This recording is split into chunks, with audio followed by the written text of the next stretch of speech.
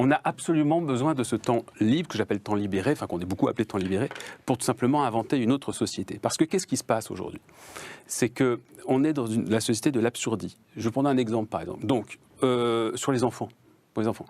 Une jeune maman, qu'est-ce qu'elle fait? Elle travaille pour gagner sa vie. Donc, qu'est-ce qu'elle fait? Elle confie ses enfants qu'elle ne peut pas éduquer, elle est obligée de les mettre à la crèche, elle est obligée de les mettre à l'école maternelle. À l'école maternelle, les enfants vont être pris en charge par d'autres mamans qui, elles-mêmes, souvent, donc, font ce travail parce qu'ils ont besoin de vivre pour payer leur loyer et ainsi de suite. Ils ont parfois eux-mêmes des enfants qui sont obligés de mettre aussi, parfois, dans d'autres crèches. Donc, en fait, on se retrouve, par exemple, là, avec un truc absurde où on pourrait considérer comme assez normal qu'un papa, une maman puissent s'occuper de leur enfant jusqu'à l'âge de 3, 4, 5 ans. Enfin, il n'y a pas, voilà, il n'y a pas, comment dirais-je, des contraintes d'éducation extrêmement compliqué. Non, sauf qu'on délègue à chaque fois.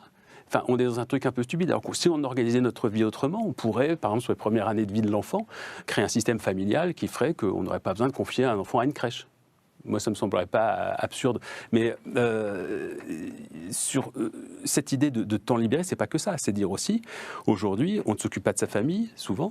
On ne la voit pas, souvent. Combien d'enfants ne voient pas leurs parents beaucoup dans la semaine, et ainsi de suite.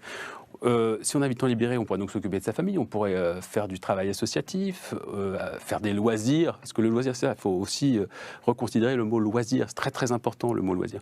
Donc avoir des activités qui nous plaisent, et puis surtout, et je terminerai là-dessus, s'impliquer dans un vrai travail de démocratie. Parce qu'en réalité, nous ne sommes pas des citoyens complets, souvent par manque de temps.